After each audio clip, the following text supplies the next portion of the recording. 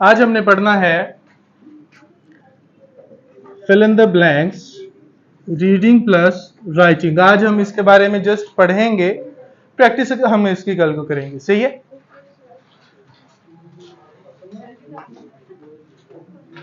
Almost same question है। Fill in the blanks reading में ऐसा होता था, आपके पास एक क्वेश्चन है, नीचे उसके काफी सारे एमसीक्यूज एक ही जगह पे दिए हुए हैं, 7-8। इसमें क्या होगा, हर ब्लैंक के लिए 4 अलग से ऑप्शंस होंगे। सही है। वो मेरे मुताबिक थोड़े से आसान है, इसलिए आपके पास सेंटेंस स्ट्रक्चर है 8 में से कभी कभी ऐसा भी होता है आपके पास 2 चीजें रह जाती हैं जिसमें से आपने चूज करना होता है। इस क्वेश्चन टाइप में आपके पास वो नहीं लगता, क्वेश्चन स्ट्रक्चर नहीं लगता, सेंटेंस स्ट्रक्चर नहीं लगता। उसके अलावा जो हमने रूल्स पढ़े थे वो लगेंगे। दूसरा, वोकैब बेस्ड होंगे। ये क्या चीज? Vocab based. और ऐसा नहीं है कि आपको वोकैब बहुत हाई फाई चाहिए, आपको जो टॉपिक होगा इसका, पैसेज का, उसके अकॉर्डिंग वोकैब चाहिए, उसके मुताबिक। जैसा, चले हम आगे जाके एग्जांपल्स देखेंगे। इसके 2 से 6 क्वेश्चंस आ सकते हैं, 50 से ऊपर मार्क्स हो सकते हैं। ये मार्क्स जाएंगे रीडिंग और राइटिंग के पोर्शन में, और पैसेज सेम टू सेम। आपने सबसे पहले फर्स्ट लाइन को पढ़ना है। फर्स्ट लाइन में क्या क्या बताया होगा? Topic and tense. आपके पास कुछ जर्नल इंफॉर्मेशन आ जाएगी टॉपिक के लिए, जिससे आप इंफॉर्मेशन अपने माइंड में इकट्ठी कर लोगे। अच्छा, ये टॉपिक है, इसमें ये चीजें आ सकती हैं। इधर आपको थोड़ी सी एफर्ट ज्यादा करनी पड़ती है मेरे लिहाज से, जो मेरी थिंकिंग है। इसके अलावा सबकी अपना अपना माइंडसेट है, सबके लिए। ज्यादातर बच्चे कहते हैं ये वाले आसान है, उनको उनका अटेम्प्ट करने का तरीका वैसा होगा। सही है। हम ट्राई करते हैं आप लोगों से पूछ लें, ताकि आप लोग सही तरह से उसे अटेम्प्ट कर लें। अगर कोई फ्लॉ आ भी रहा तो हम उसे ठीक कर लें। जैसा आज के दिन हुआ, आप लोगों से हमने पूछा, पर आप लोगों ने कोई इतना रिस्पांस नहीं दिया। हमको अब ज्यादातर बच्चों का नहीं पता कि वो किस तरह से अटेम्प्ट करते हैं। उस एक बच्ची ने बताया सही बताया, इस बच्चे ने बताया सही बताया। आप इस तरह से अटेम्प्ट करो, बहुत आसान है, आसानी से हो जाएंगे। एपीयूनी में आपके टेस्ट की निस्बत ज्यादा मुश्किल क्वेश्चन दिए जाते हैं। जो एग्जाम है ना, ऑफिशियल एग्जाम, उसकी निस्बत थोड़े से मुश्किल क्वेश्चन होते हैं एपीयूनी में। अगर आपको ये वाले आते हैं तो वहां जाके आप आसानी से कर लोगे। सही है। ज्यादातर बच्चों ने बताया ही नहीं हमें, इसलिए हमें उनका आइडिया भी नहीं है फिलहाल के लिए कि किस तरह से वो अटेम्प्ट करते हैं और कहां वो गलती करते हैं, कहां से हम सही कर सकते हैं। इसमें मैंने बताया आपको ज्यादातर वोकैब बेस्ड होंगे। जो बात की जा रही है उसी बात के मुताबिक ज्यादातर चीजें होंगी। इसे हम कहते हैं कॉन्टेक्स्ट, स्टोरी लाइन। आपने अपने माइंड में एक स्टोरी बिल्ड करते जाना है। पहली लाइन आपने पढ़ी, उसके लिहाज से अपने माइंड में ना एक पिक्चर बिल्ड कर लो कि अभी तक ऐसा हो गया। दूसरी लाइन पढ़ो, उसमें ऐड कर लो कि अब मामला इधर चला गया, स्टोरी इस तरफ जा रही है। आपको थोड़ा सा ना आइडिया होता जाता है पहले ही, और यही चीजें हमें इधर चाहिए भी। आपको जो ऑप्शंस आते हैं वो आते हैं ग्रामर बेस्ड, जिसमें हेल्पिंग वर्ब के हिसाब से आपने लगाने होते हैं। मतलब आपको ब्लैंक आई है, ब्लैंक से पहले आप हेल्पिंग वर्ब देखेंगे। फर्ज करो इज है, आप ऑप्शंस निकालोगे। अगर आईएनजी वाला कोई दिया हुआ है, ज्यादा चांसेस है वो आएगा। या फिर इसमें ही एक चीज है कैटेगरी बेस्ड।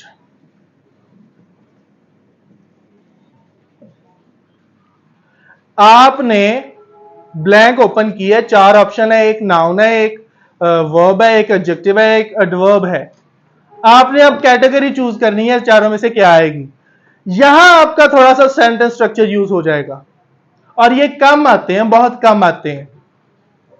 ज्यादातर होते हैं सिनोनिम्स या मीनिंग बेस्ड,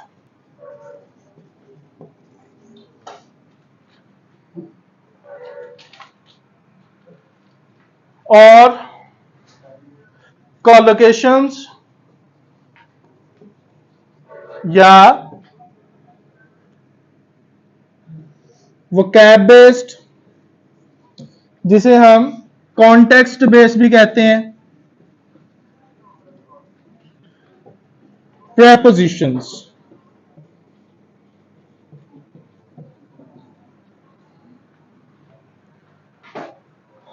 ग्रामर वाला बहुत कम चांस है। क्यों? क्योंकि अगर इसके बाद ब्लैंक है ना, हो सकता है सारे ही आईएनजी वाले आ जाएं। तो फिर आपको चूज करना होगा कि जो पैसेज है हमारा उसमें किस टॉपिक पे बात की जा रही है, उसके अकॉर्डिंगली कौन सा आएगा। फिर आपको ऐसे चूज करना पड़ेगा, वो आ जाएगा फिर कॉन्टेक्स्ट या वोकैब बेस्ड में। बारी बारी हम सबकी बात करते जाते हैं।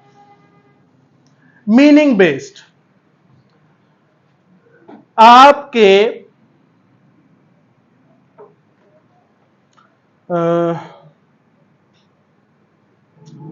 पैसेज में जो बात की जा रही है उससे रिलेटेड हम हमेशा चीजें आएंगी। ऐसा नहीं होगा कि कोई बाहर की चीज आ जाए। जैसे हमारे पास एक सिचुएशन है, the school is to be checked for its cleanliness, tomorrow there will be a team coming to the school to checking its dash. हमको एक कॉन्टेक्स्ट मिल गया कि किस चीज के बारे में बात हो रही है। स्कूल की सफाई सुथराई चेक करनी है, कल को एक टीम आएगी और चेक करेगी क्या, सफाई। हमारे माइंड में उसी टाइम आ गया, हमने अपने माइंड में पिक्चर बनाई उसकी, उसी टाइम हमारे माइंड में आ गया कि इस तरफ बात जा रही है। अब इसके लिए फर्ज करो हमारे पास आ गए हैं ऑप्शंस, क्लीनलीनेस, मैसीनेस, या फिर फॉरगिवनेस, या फिर अपीयरेंस। अगर ग्रामर के लिहाज से देखें ना, चारों ऑप्शन सही है। नाउन आना चाहिए, चारों चारों नाउन है। अगर उतना एक फिक्रा देखें ना, चारों फिट भी बैठते हैं, मीनिंग सही बनाते हैं। पर कहानी किस पे थी? सफाई चेक करने पे। समझ आई? तो उसके अकॉर्डिंगली हमने लगाना है। यह बात समझ में आई है? आपको ऐसा हो सकता है कुछ एमसीक्यूज दे दिए जाएं जिसमें ऑप्शंस अगर जर्नली देखा जाए टॉपिक से हट के तो सारे ही आ रहे हों, पर आपने चूज हमेशा करना है टॉपिक के अकॉर्डिंगली। यह चीज समझ में आई? दूसरा, कॉलोकेशन बेस्ड।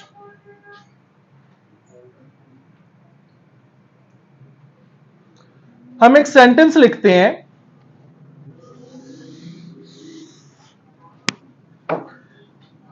माय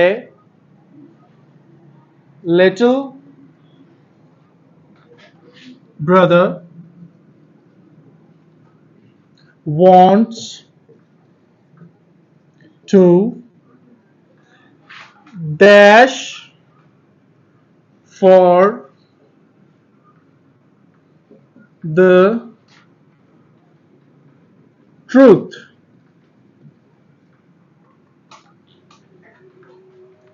ऑप्शंस है हमारे पास, लुक, सी,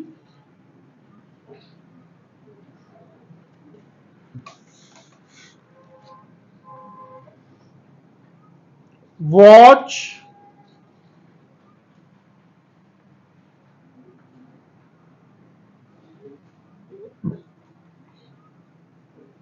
चले ये 3 है, तीनों का मीनिंग सेम है। क्या आएगा?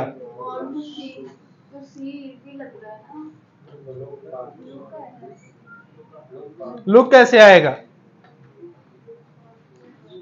इस बार आपने देखना है फॉर के साथ क्या आएगा। लुक फॉर होता है, सी फॉर नहीं होता।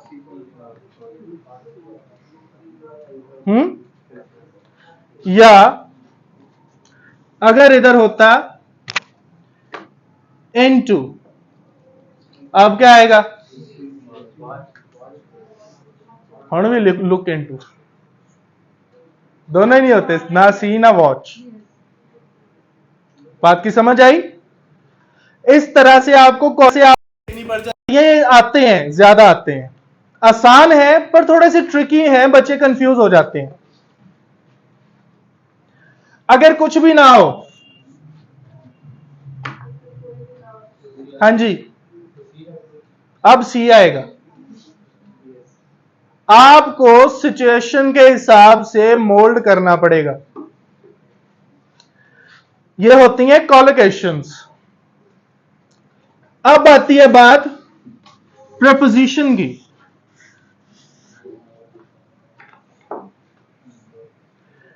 अगर आपसे प्रपोजिशन के हवाले से पूछा जाए, जैसे I was standing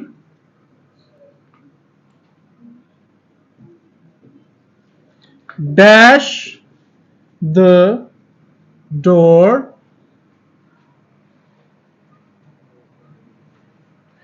and waiting dash you dash come. पहला ब्लैंक, उसके लिए आपके पास ऑप्शंस हैं बाय, एट, ऑन, एन।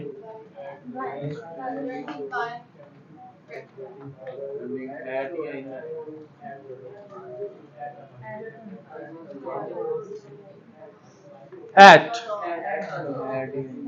ये डोर है, मैं इधर खड़ा हूं। At the door.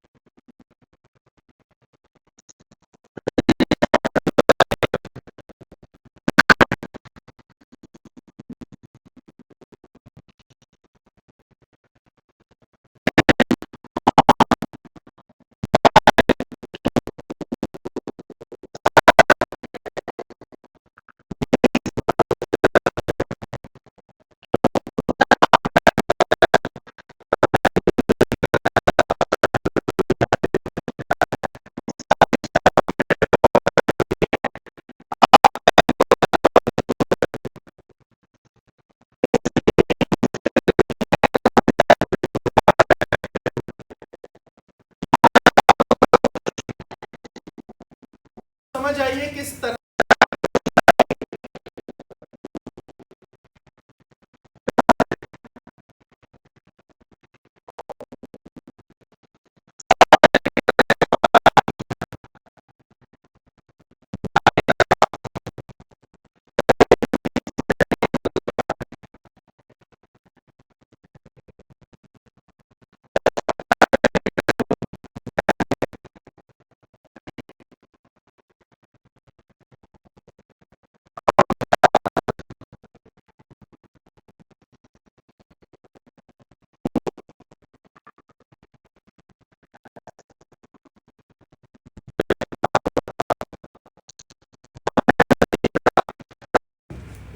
कि हमको कुछ क्वेश्चंस आएंगे इसमें।